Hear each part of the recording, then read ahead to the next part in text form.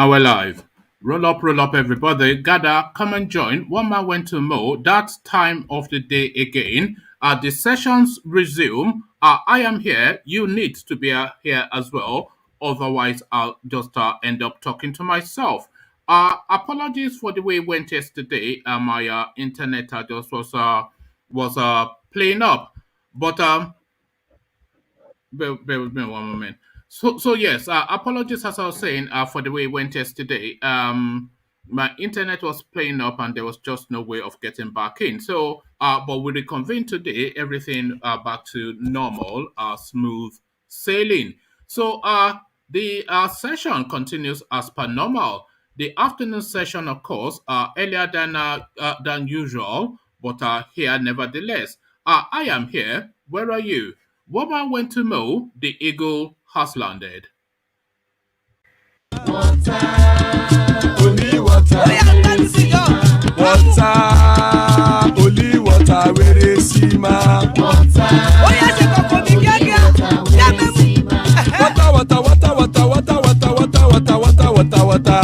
Water. Only water. Where is Sima?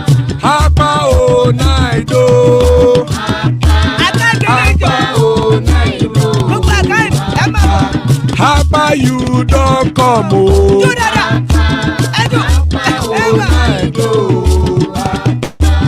Hapa o naido.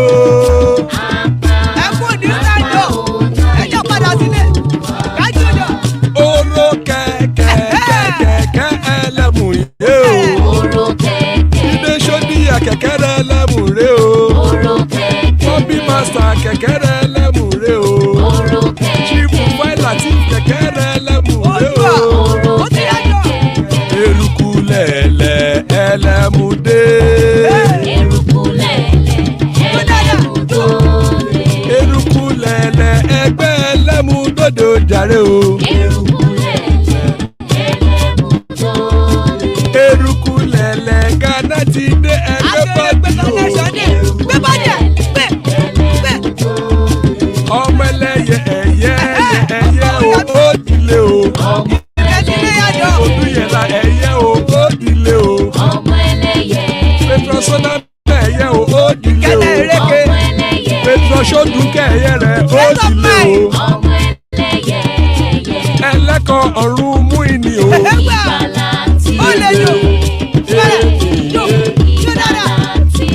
Àkùkọ ọ̀run mẹ́kọ̀.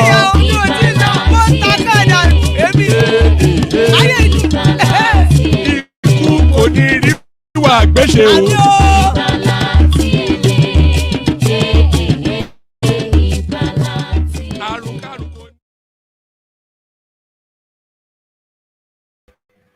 And there we are. Iku Koniriwa Gbeshe by the Kegites. So a powerful prayer by the Kegites. And so now let's just get straight into it. Just start doing a bit of administrative stuff in the background. Just give me a moment. You can already see what the talking points are.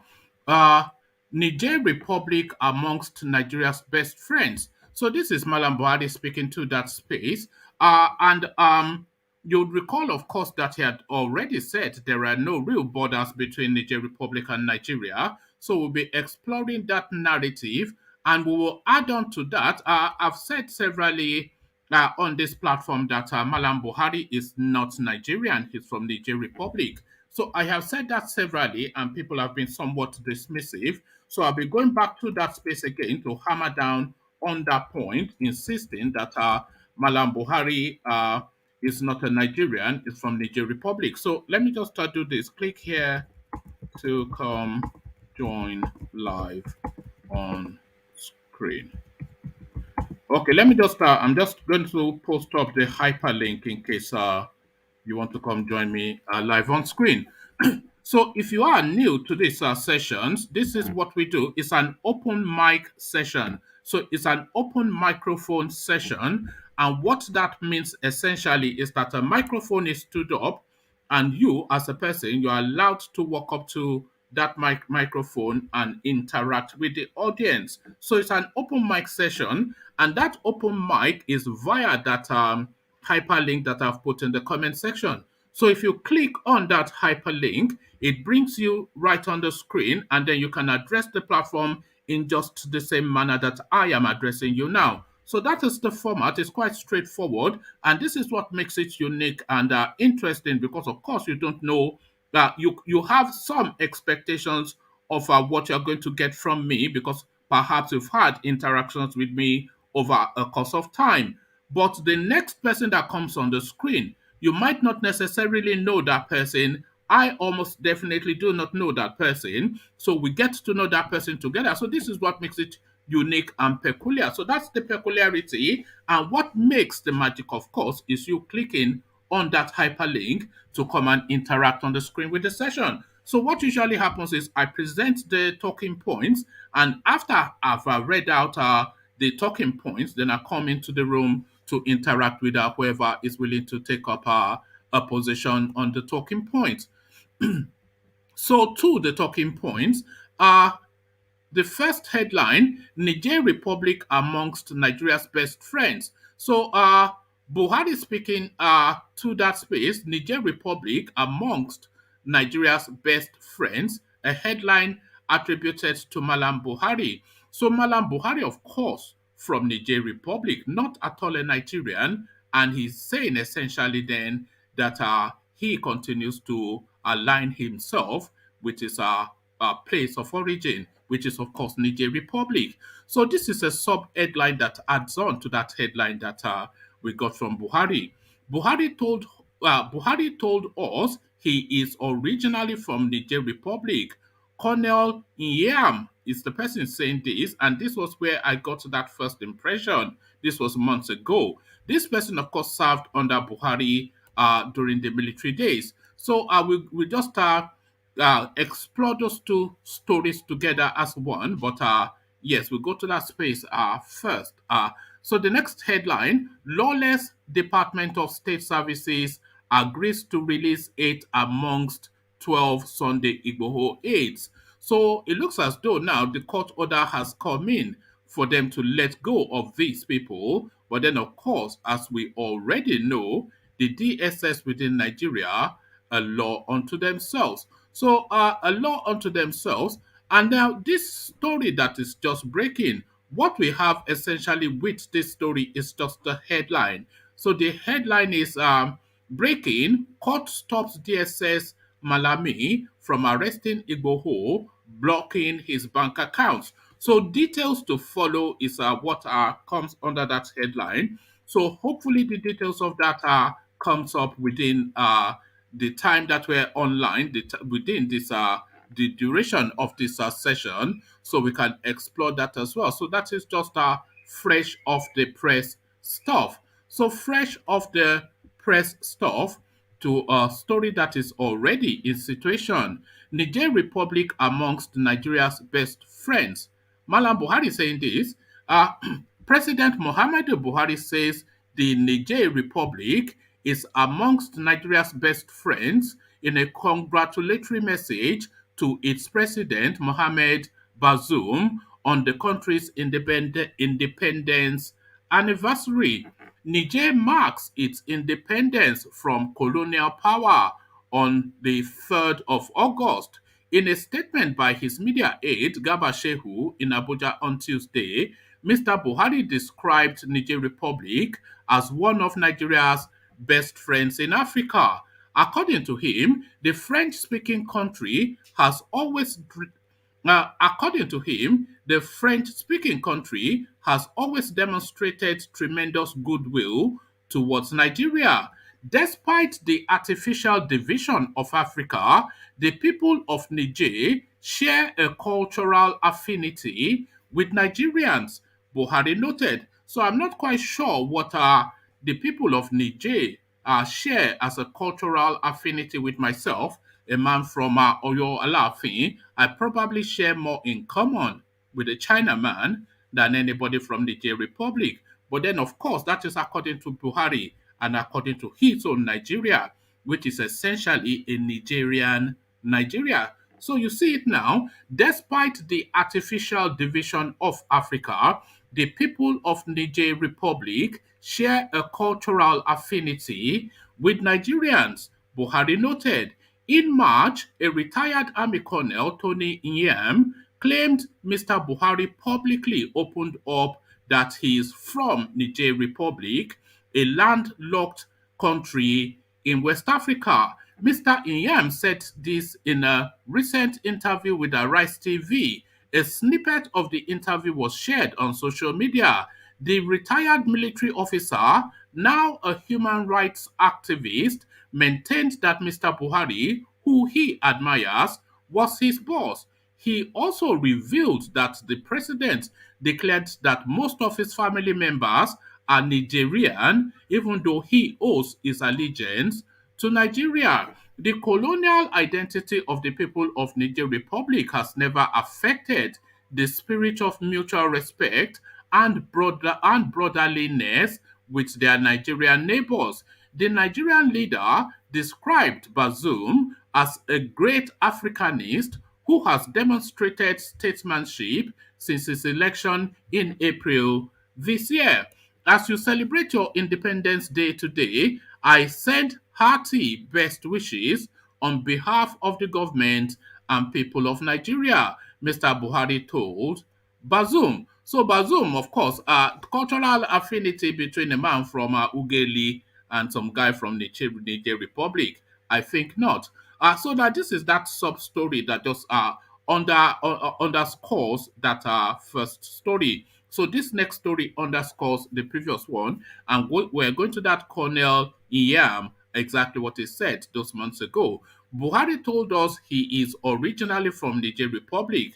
Colonel Iyam is the person speaking. A retired Army Colonel, Tony Iyam, said President Muhammadu Buhari had publicly opened up that he's from Niger Republic, a landlocked country in West Africa. Mr. Nyam said this in a recent interview with Arise TV. A snippet of the January the 25th, 2021 interview was shared on social media Sunday afternoon.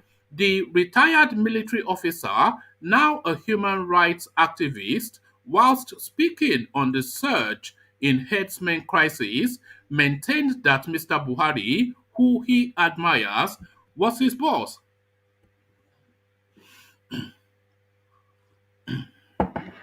He also revealed that the president had declared that most of his family members are Nigerian, even though he owes his allegiance to Nigeria. Mr. Iyem also claimed that General Muhammadu Buhari was my boss, the general officer commanding, when I was commanding a unit under him. He went against Shagari to defend Nigerian interest to defend Nigerian it's very difficult to tell the disparity sometimes. So this is Nigerian, not Nigerian. So he went against Buhari to defend Nigerian interest against Chadians. In one of the briefings, when he was briefing us, he openly told us that most of his family are from Niger, and that he is a Nigerian officer and that he owes his allegiance to Nigeria. And I admired Buhari then, that a man whose family is partially from Niger Republic and yet is loyal to Nigeria. This was against all the pressure given by other people that Shagari should pull out and allow the Chadians have their way. General Buhari refused. He said, but why is Buhari now so different? I think the answer to that may so why is Buhari now so different? I think the answer to that may be his wife may answer. So let me take that again. So why is Buhari now so different? I think the answer to that may be his wife may answer it, because his wife has been battling those who have been holding the president hostage. So that should be, maybe his wife should answer that, because his wife has been battling the people holding him hostage. The president is no more General Muhammadu Buhari, some of us knew, who was a patriot.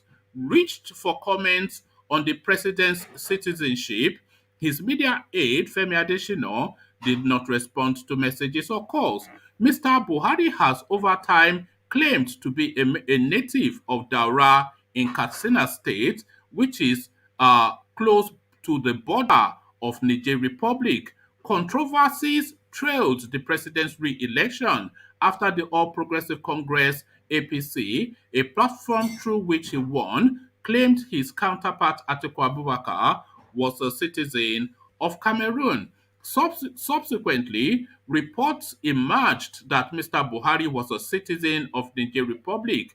A former Minister of Aviation, Femi Fani-Kayode, in a tweet, also claimed that when a non-Nigerian, Buhari, accuses a bona fide Nigerian of being a foreigner, you begin to appreciate why those who have insisted on calling Nigeria a zoo may have a point. It is only in Nigeria that a man whose father is from Niger Republic can accuse others of being foreigners, Fani Kayode said on his Facebook page. So Buhari, of course, a foreigner. This is something that we've always known. I don't even know why people would argue that point. The next headline: Lawless Department of State Services agreed to release 8 amongst 12 Sunday Igboho aides. So the court order, of course, flouted as per usual. The Department of State Services has said it will release only 8 detained aide of Yoruba Nation agitator Sunday Adeyemo, also known as Sunday Igboho. If, let me take that completely again. The Department of State Services has said it will release only 8 detained aides of Yoruba Nation agitator Sunday Adeyemo, also known as Sunday Igboho, even as it prayed the court in Abuja to allow it detain the remaining 4 who are being investigated.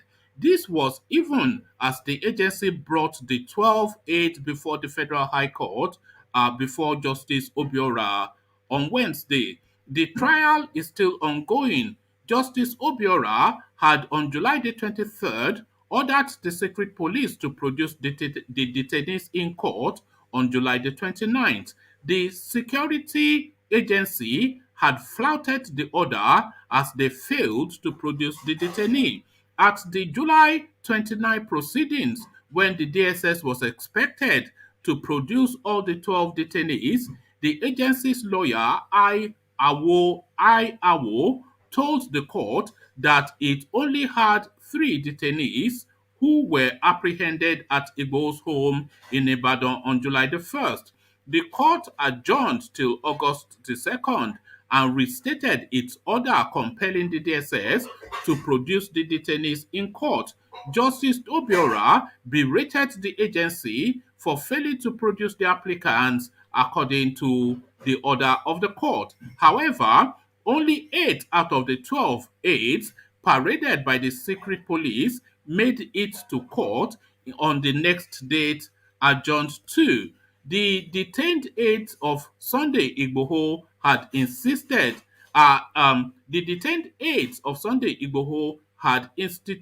a suit against the DSS and its Director General Yusuf Bichi following their arrest and detention in July the 1st after the DSS raided Igboho's residence in Soka area of Ibadan, Oyo State.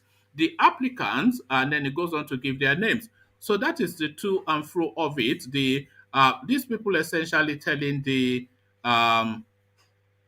court to get lost, even though the court is now saying that I produced these people. So this headline now that just broke, it's just 6 minutes into it, so it doesn't look as though there's too much details on it yet. So I'll monitor this and see if I can present it to you. But the headline breaking: Court stops DSS Malami from arresting Igboho, blocking his bank accounts. So details to follow is still what is showing on this piece. So as those details follow, we will follow suit. So to all of that, let's come back into the room to see.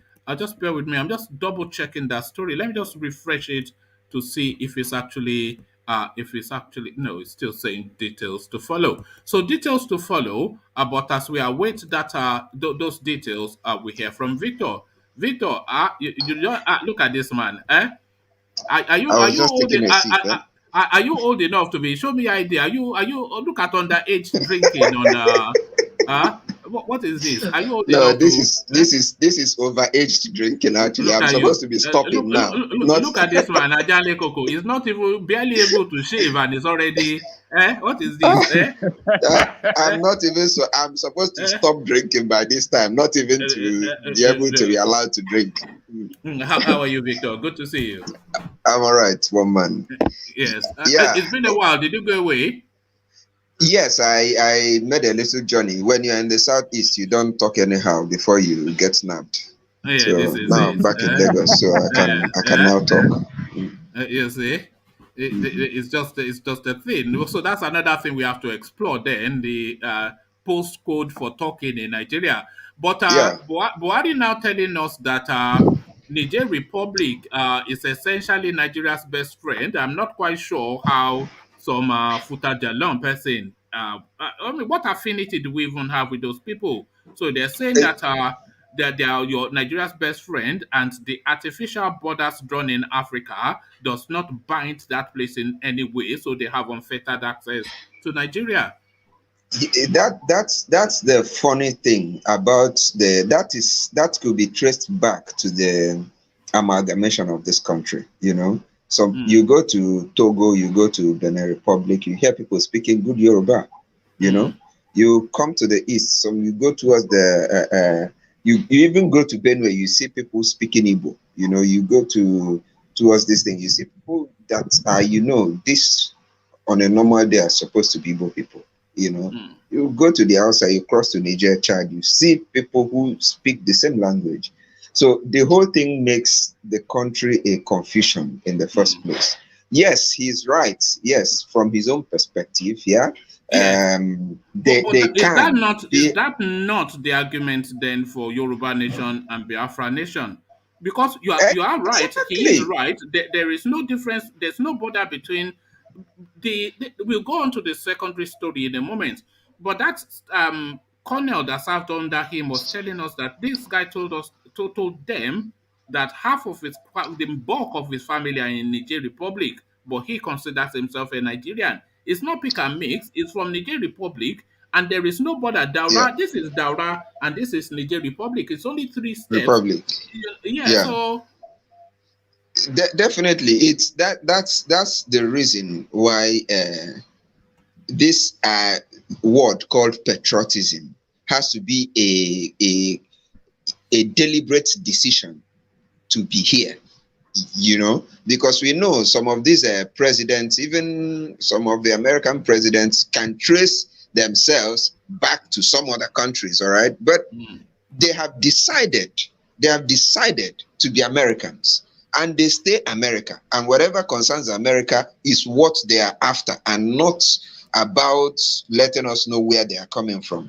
And then I don't see anything wrong in being the best friend to Chad or to Niger, but let that not ever translate into having some kind of consideration or some kind of soft spot when it gets to where Nigerians' territories or rights should be protected. but That's but where but it but becomes. has it not already gotten to that point when they are building Honestly, from the way I'm seeing it, it's getting yes, that way. no, when they are building Fulani Railway from Kano into Niger Republic, I'm sure you're aware that they are spending $2 billion dollars on building a rail service from Kano State in Nigeria into some space in Niger Republic into And you begin to about. wonder the economic viability of that move. And then you You want to know? you also wonder about the border control. How is border Yeah. controlled when there's a direct train that goes between two countries? How is the immigration controlled? How is people movement controlled? How is the In the demarcation first between those place, two countries established? there is thoroughfare already. Like, Mm, even by foot, there is already thoroughfare. mm, You can just walk right away, walk right mm. into another country and walk back. And these things, when they say closed border, we know where the borders are closed. We just know where the borders are closed. Yes, it's amazing. And those places where it is closed are actually the more economically viable. To me, that's where it really, really doesn't make any sense. You can't talk about having such a rail line in even if the idea is futuristic. In the imminent, there are more economically viable constructions that could be done to even bring more money to do this other one in a quicker pace. So as it is today, that move doesn't make any sense to me, not even one. And what are you making, Victor, of this storyline by this Colonel? How do you pronounce his name? Iam or something? It's Oh, yeah, the man from the Middle Belt, right? Yes, that is saying he served under Buhari, and Buhari had told them No, Colonel, categorically. Colonel, I think hello, Colonel it's from Iliam is not Ogoja. from Middle Belt. It's from He's Ogoja. from Calabar area. Yes, Yes. From Ogoja He's side. from It's an Calabar. Ogoja man. I think so. Yeah, yes. Nyam. Nyam. Yeah. Colonel Iliam. They call it Nyam. It's from Yam. Ogoja also. Okay, Okay. let's just call him Yam for ease of pronouncement. So, Colonel, One man Not is looking for Yamo. trouble. Not Yamo. It's Nya. For ease of pronouncement, because Victor will struggle with it now. They'll be looking for you. let's No, No, Victor that is why trouble. that is why the British people change our names see, To make it much more easier. no, for easy pronunciation, and we are fighting it today.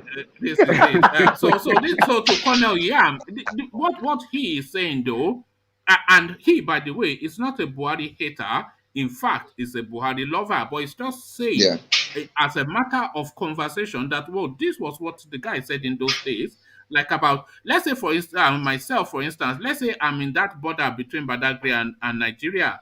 80% of my family are in the Togo or Lome or whatever, but 20% are in the Nigerian side, and I just happen to be born on the Nigerian side. When I know that just across the road right across the road right there is 80% of my family, what sort of Nigerian will I be calling myself? Well, that guy is not a Nigerian. And then you that's when you embark on bridge building. That's when you really embark on bridge building, because you can't be whole if you remain the way you are. So you have to get this side. You have to make a way for the both people to meet. But to Colonel Nyame, we know this already. It's not a problem. I don't see it as a problem. Like sometime before the election, Nnamdi Kanu said that Atiku is not Nigeria. Well, to some logic, it's correct. But these things, the place I find problem with these things is when the interests conflict. When there is conflict of interest, then that totally disqualifies whoever it is. That's the thing. But if you're so many Nigerians are in the UK or in the US, and they abide by the laws. If you make them mayors, or they behave, they're already British. So to that, it's correct. But if you're going to have a kind of soft spot for Nigerians, now that's could be termed conflict of interest, and that's where it's a problem. Shouldn't come from a president at all, for any reason. For any reason. Okay. It looks as though some of the details of that last story, some of the details are starting to emerge, and it looks as though that judgment is actually coming out of a high court in Ibadan. So this is what is emerging. It says court orders SSS not to arrest Igboho, block his bank accounts. Sorry. Can you mute yourself for a moment, please? Yeah. Hold on. I'm getting some feedback. I think that might well be from Vin. Vin, is it you and is it those babes? Hold on. Yeah, thank you. So just let me bring you this, Victor, just for your quick reaction.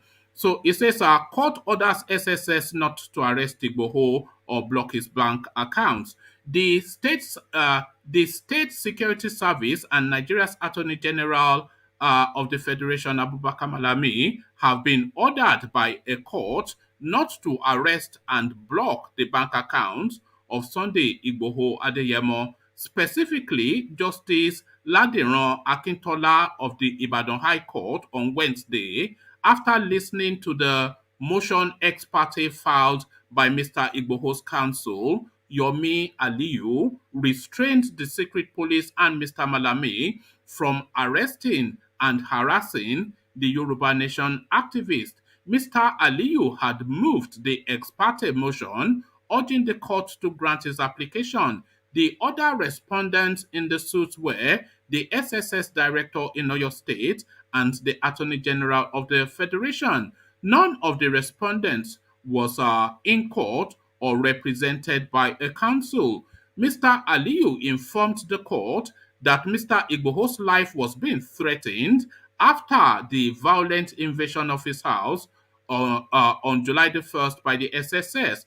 The counsel also told the court that Mr. Igboho's property was damaged and one of his relatives killed by the security agents during the invasion. He tendered exhibits and a written address to support his motion. Delivering his ruling, Mr. Akintola said he was satisfied with the explanation provided by Mr. Igboho's counsel, backed up by evidence. The judge restrained the respondents, their agents, or any other security agents acting on their behalf from killing, arresting, detaining, or harassing Mr. Igboho. He also restrained the respondents from interfering with Mr. Igboho's fundamental right to life, personal liberty, freedom of movement, and enjoyment of his property without fear of an invasion of his home.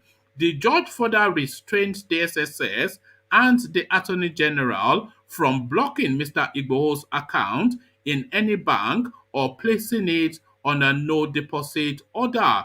It also ordered them to lift any restrictions imposed on Mr. Igboho's bank accounts pending the hearing and determination of the suit.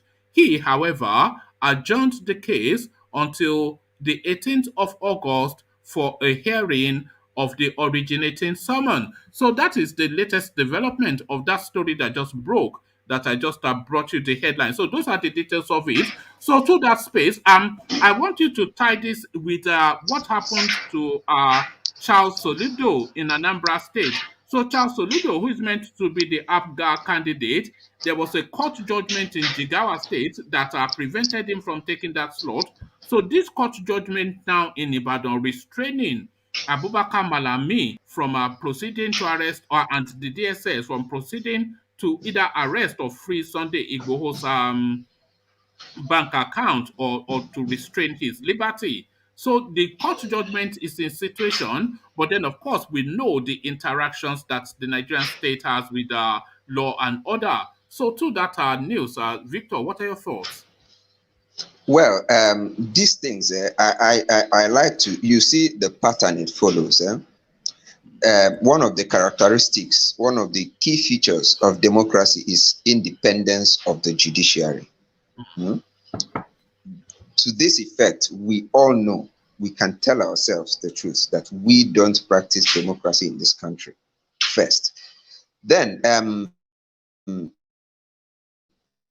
you see, I don't know why we don't learn from experiences. All right.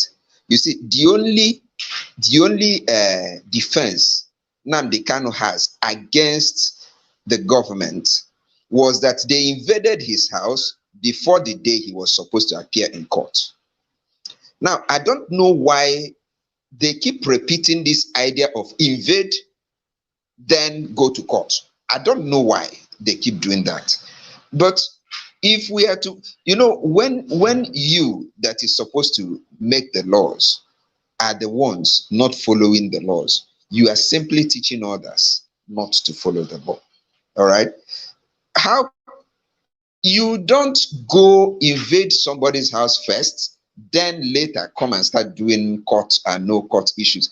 These things will, if they don't follow the real orders, if they don't follow the precedents the way it's supposed to go, it will always turn to hurt them. You know, the invasion of this guy's house, the Sunday Igboho's house, is already an absurd situation that will be hard to explain. And it always leaves this, our DSS, in a position to have to explain a lot of things when they, in actual sense, really do not have to. So they create all these issues for themselves, and court comes and gives favor to Igboho, and now it looks like they are not being allowed to do their job. But your job is not to invade first. Now, I thought your job should have been to invite first. If he fails to turn up, you invade. You know, you invade his house, then you make him you make him a wanted person, and then begin to ransack. And that is where the problem lies. You see, this thing is the key problem this country has. If the ones that are up there do not follow the rule of the law, they lack that moral backing to even bring anybody to justice. That's the problem here. The first test of this judgment by this judge, this pronouncement by this judge, is to see if they remove any restrictions on Sunday Igboho's account. So that will be the first test. Of course, nobody is going to suggest that Sunday Igboho presents himself in Nigeria to test if they are going to arrest him or not. But they should unfreeze his account as a result of a court judgment. So, but will they give it any regard? This is really where the test is. So we continue to test that space. But lastly, Victor, before I go on to Vin and then Ajanle Koko, still with that Sunday. Actually, let me abandon that. Let me just give you this headline. I just want your react. I'm just going to give you the headline, not the full narration, because this perhaps more interesting than that. Nigerian Army approves death benefits to late Sani Abacha's families. So, Sani Abacha, the Army now, they've approved death benefits, that i.e. pensions and packages for Abacha family, as though they've not taken enough from the Nigerian state. So this is now, they'll be paying them in perpetuity now. This is what the Nigerian Army are saying. Death benefits for Abacha's family. Now it looks like they are eager to do the right thing. It just looks like they are now eager to do the right thing. Is it not the same guy that used to dash us money once in a while? Yes.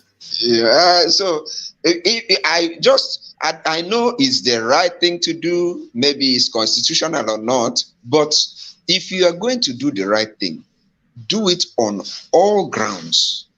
Whenever the right thing is supposed to be done, I don't have a problem with it. But do it on all grounds. You know, in the hierarchy of things that Nigeria needs, of things that Nigeria needs to spend money on, scarce resources, where does Abacha's death benefit fall? Because of course that should is not fall free in money. the 887,000 item.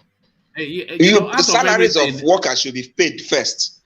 Salaries of the living workers should be paid first. Before after the countless billions that he has looted, they want to pay him death benefit on top of that. They can do that, but let them make sure that pensions and salaries are all up to date in the first place. Let them make sure that contractors have their money, because sometimes some of these projects you see lying fallow, it's because contractors have run out of funds. Exactly. You know, so let the ones that are imminent. You see, I don't think this government is thinking about the economy. If they're thinking about the economy, they should know where to spend money on, and where they can even, maybe with word of mouth, make promises, you know, that, okay, we will take care of this within this time. But there are ones that are unexplainable. You just have to do it. They are imminent. But I don't think they're thinking about the economy, and that's the unfortunate thing. It's a right move. A good example of what I don't think that's where the money should go right now. A good example of what you said is just that Apapa space in Lagos. Never mind building Fulani railway from Kano to Niger, where there's no economy. put that $2 Yeah. billion dollars in a Papa Wharf, and have you ever tried to Road. drive to that place? It's like I a I stay torture I stay chamber. close to there. My friend died along that road. It's a It's torture, it's it's a it- it's the it's a trauma whole torture. is a so like you said, they are not interested in growing any economy, because if they wanted They to are grow not. the economy, if that is the only business, in fact, if they wanted to grow the economy, they will open three more ports, two in the east, Ports. because Yeah. the east are the ones that actually are they trade the Do seas the plenty most. Yeah, importations. yes. So put it there, and then just spread it around. Reduce the traffic on that space, and then just Good, fix good, up. good a thing. Wike has done well on roads. So it would now be easier for you to just put the ports there, and the roads at Mm. least could come out from. The And thing is, you know where the real killer is, Victor. Those ports that everybody knows that is needed is on the federal exclusive list. So not list exactly. the state government cannot even do it. So the Can't even River act on State, it. yes, the River State government that says that we need this, they can build it because it's a federal purview. And the federal Yeah. level is unwilling to do it because they don't want to invest in the East, because for whatever reason they just want to keep the East down. So it's just a weird country. Yeah, and now we are talking about paying the rich. Well, that's Hmm. that's that's the country. That's the All country. right. All right, Victor, thank you. Stay with us. Let me go quickly to Vin. Vin, good to see you. Uh, I can't hear Yeah, you, I can man. hear you. Go ahead. I Okay, can no, hear you. okay, that's brilliant. So just to the Yeah. talking points then. The Buhari, of course, said that Niger Republic is Nigeria's best friend. I, as an Oyo man, I might well disagree with that, because there's no affinity, and not that I don't hate them for any reason. It's just there's no commonality between me, an Oyo man, and somebody from Niger Republic. There's just nothing that binds us in any way apart from the color of our skin. So, which Nigeria is he speaking to? And then Colin Inyam tells us exactly the Nigeria that he is speaking to, telling us that 80%, that these were direct words from Buhari, that 80% of his own family are from that space. So that is Mhm. exactly what he's speaking to. DSS picking and mixing how to obey, how and when to obey court orders, Can I and can I take them one by one, please, bro? okay. All right, carry on then. So Okay. start with the Let, Buhari Niger Republic and his Niger relationship. relationship. You see, Yes. it is not out of place. For me, there is nothing wrong, describing such, relationship between two neighboring countries. But the problem I have there is the mutual benefit these two countries get from each other. Now, his family are from that place. Majority of his family are from that place. As a city over there, they call is it Maradi or something like that. Mm, Just after that Maradi, that is where they come from. You see, and what they are benefiting from Nigeria, is it commensurate, with what Nigeria is benefiting from Niger? Is it a win-win, issue, or what do they call it, benefit to each country? That is what I'm looking at. When you go to that particular place, Niger side or Chadian side, you cannot see, there is no border there. You stand here, you enter the other side, you come here, there is no policing, there is no, just total vacuum of that in that border. So, and most of them at that place will come in, go down, come in. I say, when I was there, we have to fight during Abacha's time. We have to fight what they call the gendarmerines that were coming, and some, some criminal elements that comes from Niger and Chad area to come mm, and collect tax from the Nigerian area, especially from that Nguru Yobe state, Gessoa, Medugri, down there, that axis. Because my barrack was just at Nguru.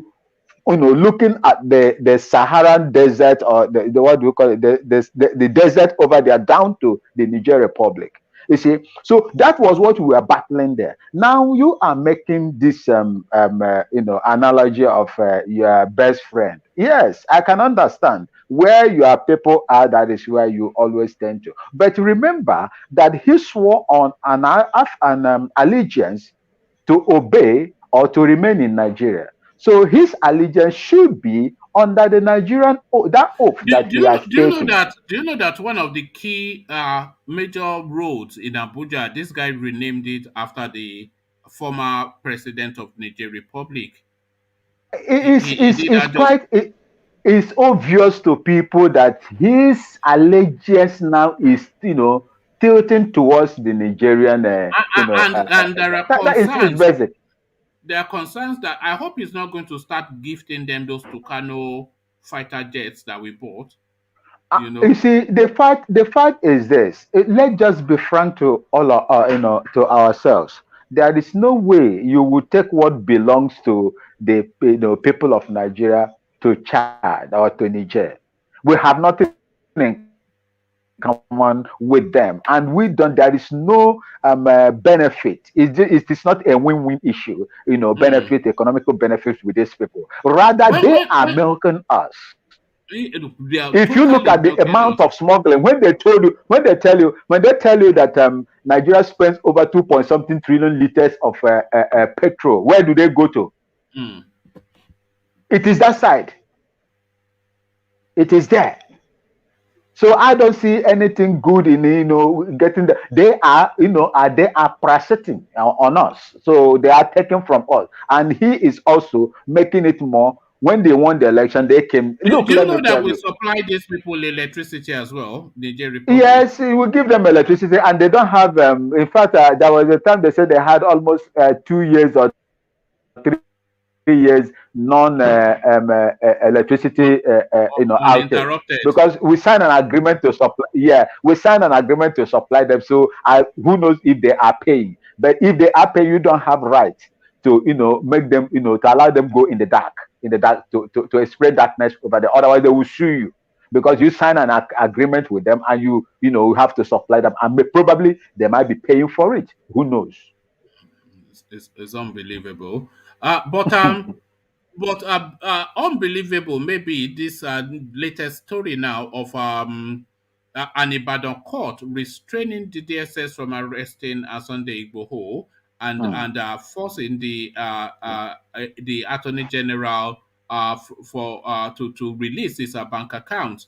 So that pronouncement from the court in Ibadan, what potency do you think it has? Do you think they will disregard it? And I was citing the example of how a Jigawa court judgment impacted on Anambra politics. So now an Ibadan court judgment now, how possible is it that it will impact on the national narrative? How would Abubakar Malami treat that and the DSS? This administration is known not to obey court orders. They are not democratic in their in their mind. In their mindset is not democratic. And I just hope that they will obey such orders, because even if you look at Mazi Nnamdi Kanu, the court ordered that the lawyer, the counsel, should be given access to see him twice in a week. But when they wanted to effect it, they did not allow him to see him until after some hue and cry before they were able to allow. They want to determine when it suits them. It's a good thing that the Ibadan court has done what they did, and it's another thing if they will, obey such orders. As you know, it is in their DNA that they don't obey court orders. It's pick and mix, isn't it? The third story was a court asking them to present the Igboho 12, and they presented 8. And the court is telling yes, out of 12. The court, I mean, how can the court give you? I said they even went as far as telling the court that they would not bring the remaining 4. Yes, I mean, what did the court do? What did the court do? Is it not within the premise of the judge to sanction them? Vin, what system are we operating by? If we are if a court judgment is not binding, then is it just everybody makes up their own rules? Because if we are not functioning under one common and agreed set of rules, which will be the constitution that the courts are the custodians of, if we are not functioning by that, then what are we functioning by? Everybody just makes up their own rules, or what system are we running in that place? Nigeria is not running any known system of government or judicial jurisprudence in the world. It is only Nigerian way of the Nigerian factor. That is the reason. A court gives that is the reason, and you are picking and mixing. You pick and choose. You pick. I mean, you pick and choose what to obey and what not to obey. That is horrible. It is very, very horrible to me. You see, for me, when court gives you, that is the reason why the international community is not looking Nigeria in a very good way when it comes to obeying of court orders.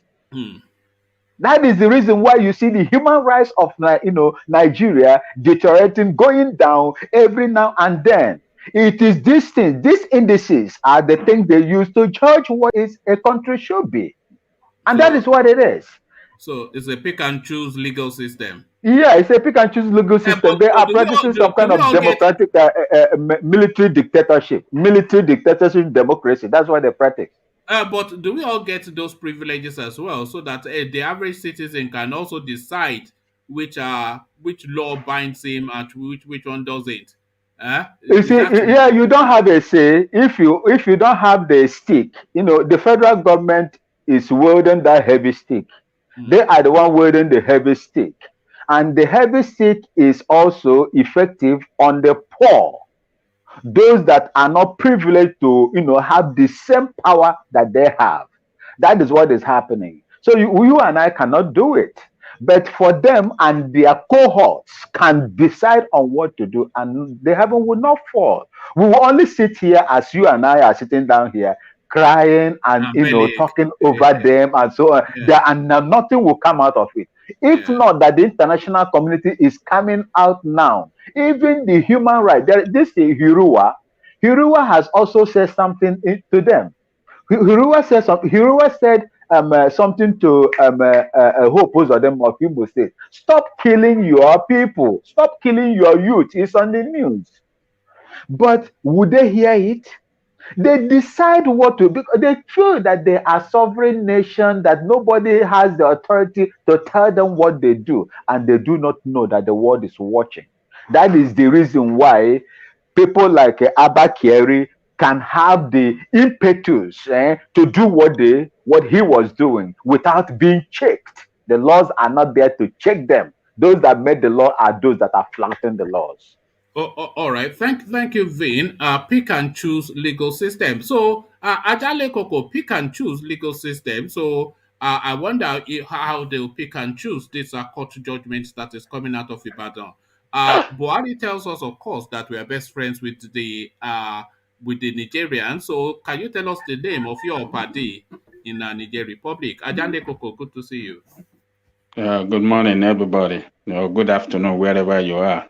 This is it. that is Kano language, isn't it? Good morning, good afternoon, good evening, wherever you are. Yeah, because we are not in the same time zone. Yes, no, that's just the international dimension. Yeah. But so to the thing, Niger Republic, your best party now, and Ibadan. Who is in the farm? I can hear. Can you hear cockcrow? It might be from Victor's side or from Vince's side. It is my side. I'm muted. No. I missed that sound actually. I missed this. Yeah. That was the alarm system. Never mind Siri. You don't need Siri in the village. Just when they call crows, it's time to get up. That's the Jara on top. So thank you. Yeah. So you see, it's those sounds that we want to hear that we don't hear anymore. This is what is angering some of us in the abroad. So to the talking points, Niger Republic, your best party, and the Ibadan court having the audacity to give an order to try and bind Abubakar Malami. Jande Koko. You see, that man is by that statement is very deceitful. You should have said that Niger Republic is a best friend Good to morning. Fulani in Nigeria or the northern side of Nigeria. If he's saying that I've been. it's a Yeah. friend to the whole of Nigeria, that's very deceitful in the first place. So he's from there. I mean, his family is from there. Just like he said, 80% of his family are from there. So what that tells us is that his allegiance to that place is a strong allegiance. Whether we like it or not, that's the truth. And But that is why. with that allegiance, this guy now has the signature to the 25th largest economy in the world. So this is where the real thing is. All of Nigeria's money just being spent on these people. His conduct and the way he runs his administration is telling us that he does not have that strong allegiance to Nigeria. Because the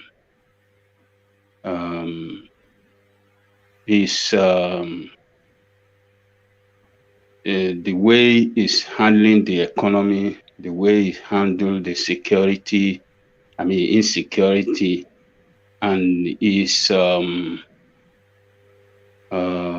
appointment of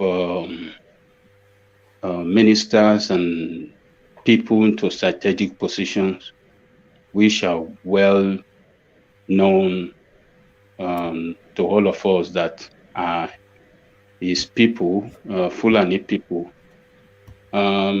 It shows that his allegiance to Nigeria is shaky. It's not strong at all. His allegiance is to his people, the Fulani people, and Fulani people are. I believe they constitute a strong, larger percentage of Nigerian. So his allegiance is to the Fulani people and not a Nigeria nation as we have it. So Does that worry you? Does that concern you at all? It worries me a lot because what we are seeing now, it's very easy to predict that that man can plunge that country into serious civil war. The way he's running the state is the way he's handling the insecurity in the nation. He doesn't even handle it at all. It's abuse of power and disrespect to rule of law. So all those things, we have seen some other leaders in Africa did the same thing, and they ran their country into serious civil war. Samedo did it when he was there. It was his tribal men that he put in all strategic position, and people from other side of the country, some other tribe rose up against him, and that was what led that country into a serious civil war. You see what my concern is, Ajanle Koko, is this guy, he has been after this agenda for a very long time. So now that he's in situation, he's not going to say some silly thing that you people are calling democracy. He's not going to allow that to undo all that he has been doing for the last 6 years and up to 8 years in 2023. So I don't see him handing over power to anybody that is likely to reverse and undo all of these things that he has done. So that then tells you how it's going to play out for the southern space in 2023. And the southern space, of course, they cannot bear the burden of this going on anymore. So this is really where my concern is. and this guy is now forming this strong allegiance with the Niger Republic. So there's just dark clouds everywhere, or maybe I'm being too conspiratorialist. I think you are right. Your concern is absolutely right. Is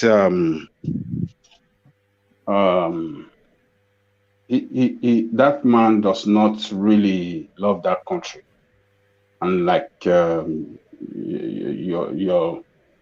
as you rightly express your concern that he will hand it over to somebody that will continue his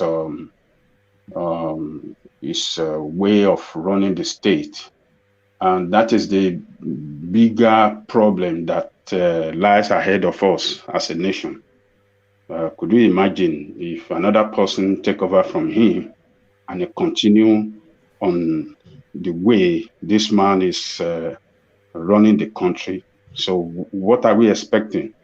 So bigger problem is ahead of us. That is what it means. And it will surely ended in disaster for that country. So this man does not love that nation. His allegiance is to the Fulani people and his people of Niger, and that is why he has all his men in strategic position, and that is why he opened up the border over there, Niger to Nigerian. As a matter of fact, a lot of people from the northern part, like from Katsina, from Kano, that border this thing, most of them, live in Niger, and they come to Nigeria every day to run their business.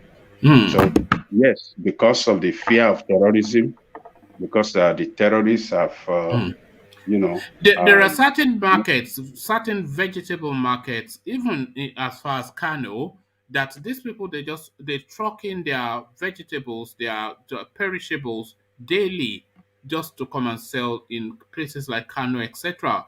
So unfettered access, like you said, they are residents of the Niger Republic. Their economy is in the heartlands of the northern part of Nigeria. So they just go and they don't even understand that they are a lot of these people. They don't actually. We're not even saying they disregard the Nigerian borders. They don't even know that there's a border there. They just know that they live in the interlands of Niger Republic, but their market is in Kano State. So they just travel to Kano State. Nobody stops them. They go about their business, and that's just it. Yes, and just like I was telling you, even some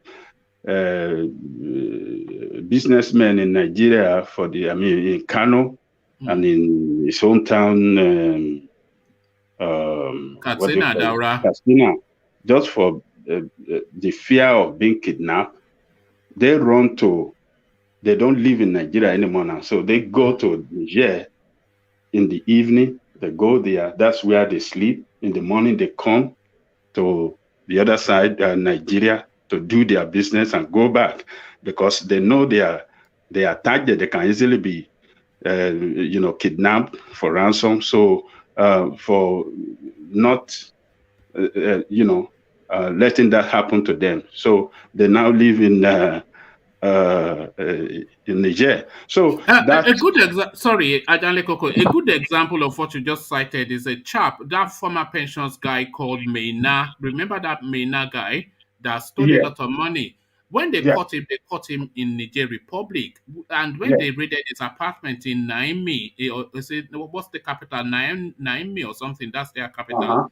When they raided his apartment there, bags and bags and bags filled with dollars was what they found, and his son escaped from there to America. So as you said, they conduct their business in Nigeria. They claim that they're Nigerians, but for safety, they live in Niamey and Niger Republic, places like that.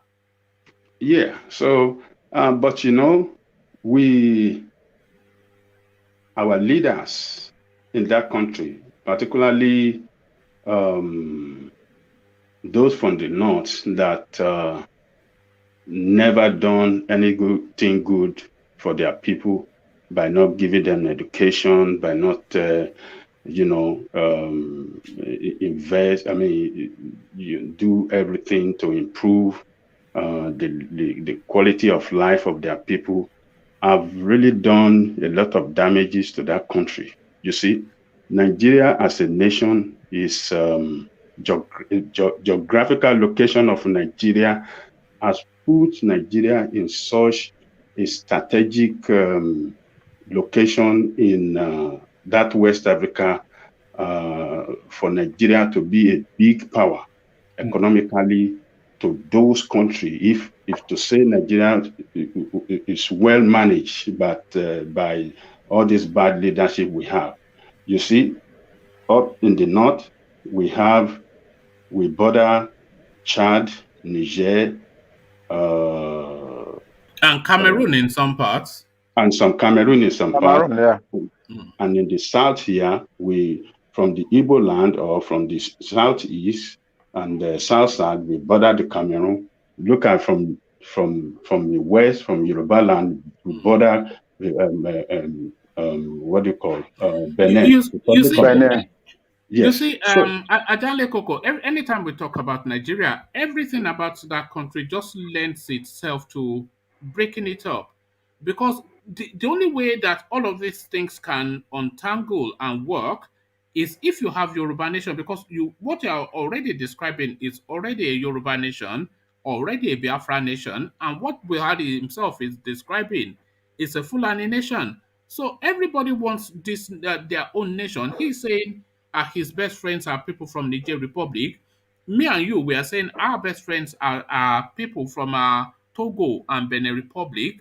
And the people in Igbo land, they are saying their best friends are the people in Cameroon. So, I mean, the country is already, let's just, pull the If plug the on the country, thing. if we have had a visionary leader like Chief Obafemi Awolowo and others that were visionary leader, you see, that country will have been in position where we have China today.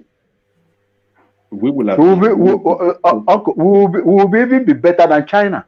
Yes, we will have been in that position, where we have China. We will have been a key player in the world economy. Yeah. So, but we have not managed our position, our geographical position very well. I remember in the 80s and the 90s, I used to travel to Republic of Benin, Ghana, Cameroon. I mean, sorry, not Cameroon. I've never been to Cameroon. Ghana, Togo. All the products we see in their market there back then were made in Nigerian product. Yeah. Were made in Nigerian product. You will see these made in Nigeria. They are everything were made in Nigeria product. Yeah. Up to even Liberia. It's only Liberia that we see most of their stuff, maybe from US and stuff like that. From US. Cote d'Ivoire, Togo, Ghana, every product you see in their market were made in Nigeria. Burkina Faso, Ivory Coast, they buy their shoes from Ariaria market. Yes, you will see made in Nigerian product. So Nigeria is in a position of. Let me add the data that adds to what you're saying. Those Gucci bags and those Hermes that you buy for those hot babes that you're after. Do you know that the leather for those things they come from Kano? Because the best leathers in the world is from Kano. Yeah. They buy these leathers in bulk from Kano, take it to Italy, and turn it into their multi-billion dollar. So, like you said, it's just if they were able to manage that country, Hides and skin were originally in Kano.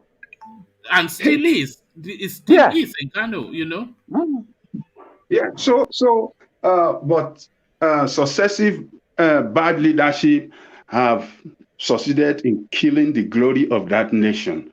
You see, and that is why. Ajale Koko, let me put you on the spot. You know I interject a lot, but let me put you on the spot.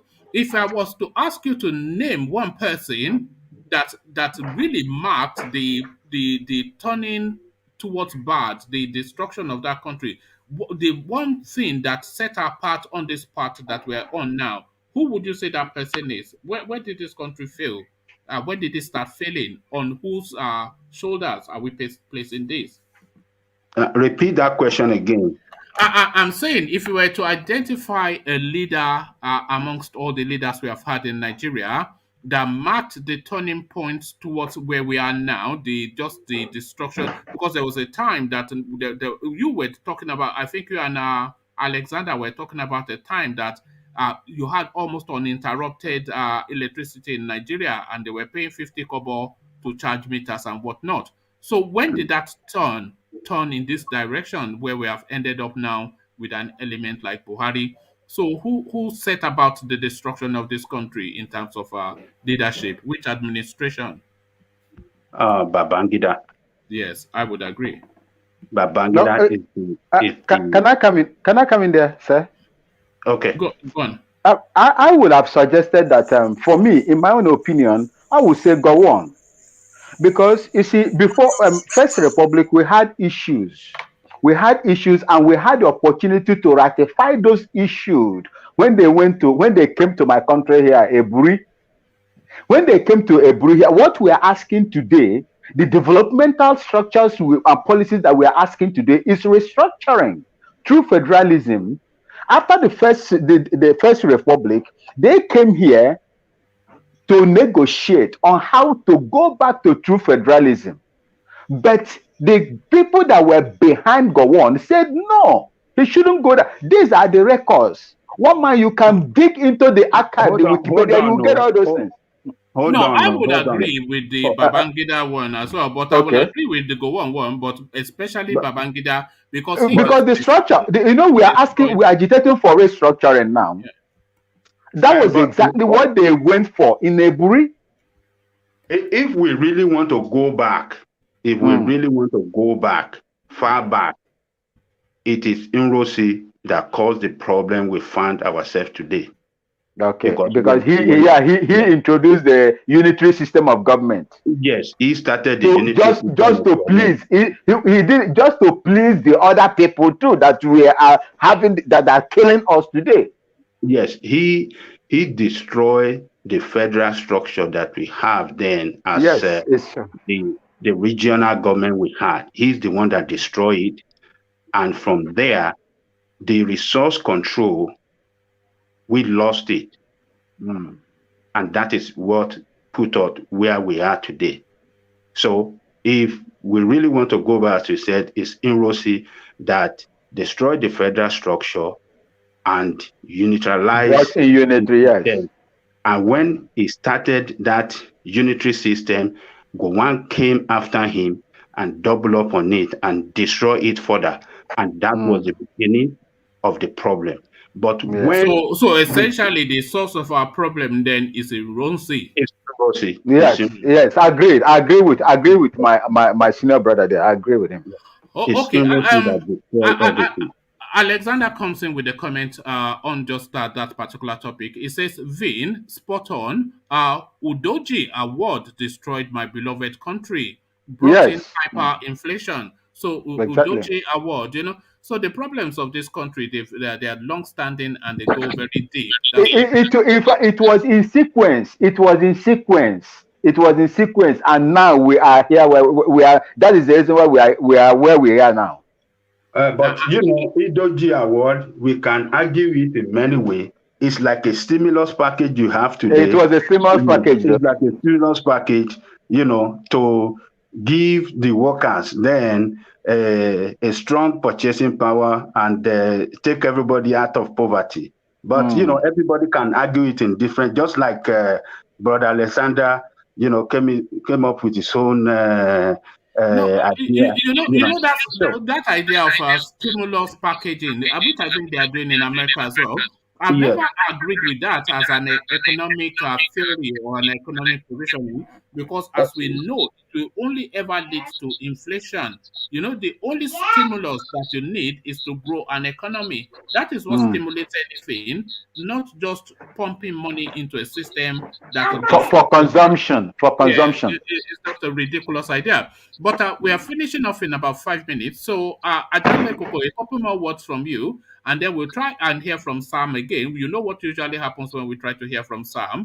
We will say hello, hello, but we never hear anything back. But a couple more words from you. But one of these days, I'm determined to hear from Sam. But a couple more words from you, then we attempt to hear from Sam. Okay, so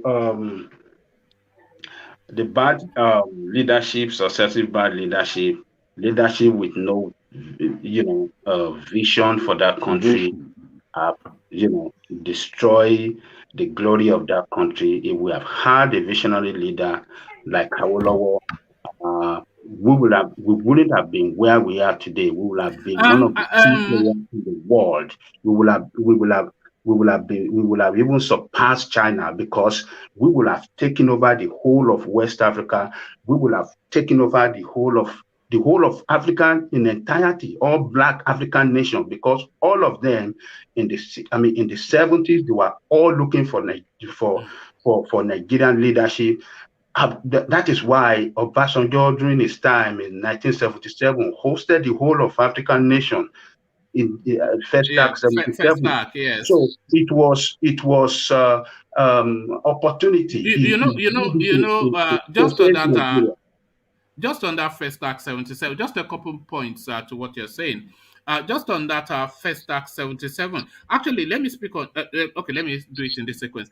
Just on that FESTAC 77, my mother had the opportunity to buy one of those houses, but she refused to buy it. Remember when they were selling it off to the civil servants after the festivities? So I just wanted to add that anecdote. But to that Awolowo space, do you think that we romanticize too much about Awolowo only because he did not have the opportunity to rule over Nigeria?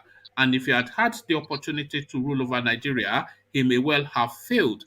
And I'm saying this because a lot of people, they romanticized about Buhari, that is a strict disciplinarian, is a no-nonsense man, is a fair and balanced person. This was the integrity. Yes, integrity. These were all the mistakes around this guy before he came into power. But immediately he got in, he's been completely demythified now, and we can see him for what he is. So are we romanticizing about Awolowo simply because he's not had the opportunity to have a go? And if he had that opportunity, he may well not have turned out to be what we're all romanticizing that he possibly is. Ajane Koko, that to you. No, I hope you understood that. Is that too convoluted, or do you understand? Yeah, I understand clearly. Awolowo wouldn't have failed. He would have, turned Nigeria to a leading nation, a leading African nation in the world, because he was a visionary leader. And one of the key things that he strongly believed in was giving people education. He said education is the panacea to all problems in life. He did it in the West. He brought a lot of Yoruba people out of poverty by giving them education. He wanted to do that in the North, and that was the problem of the North. If he had run the country, he would have run the country on the basis of rule of law, and he would have taken the vast majority of Northerners that are not educated today out of that condition. You will have educated them, they will have been more enlightened, and what they are experiencing today, what we are seeing there today in terms of banditry and this terrorism wouldn't have been there. And Awolowo he said that he will turn the East to the hub of technology. Yeah, the China of Africa. Yes. Look at him back then. Look at him back then, that he could see something in Igbo people that, these people when it comes to technical things, these people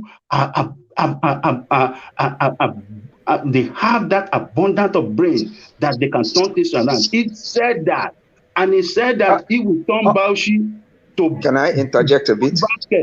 Uncle Yeah. Ajay, Uncle Ajay, Uncle Ajay, Uncle Ajay. Hold on, because I'm going to round off in a minute. So let Victor interject, and then Okay. Yeah, I'll start to round off. Yeah. yeah, there is always a huge disparity between what someone has done and what they have said. If you listen to Kingsley Moore, in fact, you will vote for him tomorrow. No, But he's my candidate sometimes, anyway. He's my guy. yeah, exactly. But sometimes these people get there and The system will destroy them. Yes. something happens. I don't know what is that No, thing this that is what I'm happens, saying but about something Agua as well. happens, and problem we'll just begin to see a different thing altogether. Yeah. You see, my brother, can I just come in here? You see, they will say all these things, and when they get in there, the system that they are going to work with, you see, the constitution of that country, that same constitution that we are operating now, will never allow you to operate as a southerner. You will always be at the mercy. 1 minute? It will always be at the mercy of the northern people. Sorry, hold on. I have to go do something else in about approximately 3 minutes. So I have to Oh, just okay. round it off here. But thank you, gentlemen. As always, time defeats us. Yesterday, Yeah. it was the internet that defeated us yesterday. It's time that is defeating us today. But we will not be defeated this evening, I can Let me assure you. respond 1 minute to Vin. Okay. Just You go see, on. the, But the I'll clear constitution that yeah. the constitution that Awolowo will have operated upon is 1979 constitution. It was a constitution written by people. It's not the one written by this military thug for us. So it was a constitution written by people, and it was still a very good constitution, 1979 constitution. So if Awolowo have operated on that constitution, it will have done a lot to that country. And that is why we see the governors of the West started the state university, state all right. Thank you, Ajahn Koko. We really state must leave it there. polytechnic. All right. All right. Thank you. All right. Thank you. So, and here I say peace.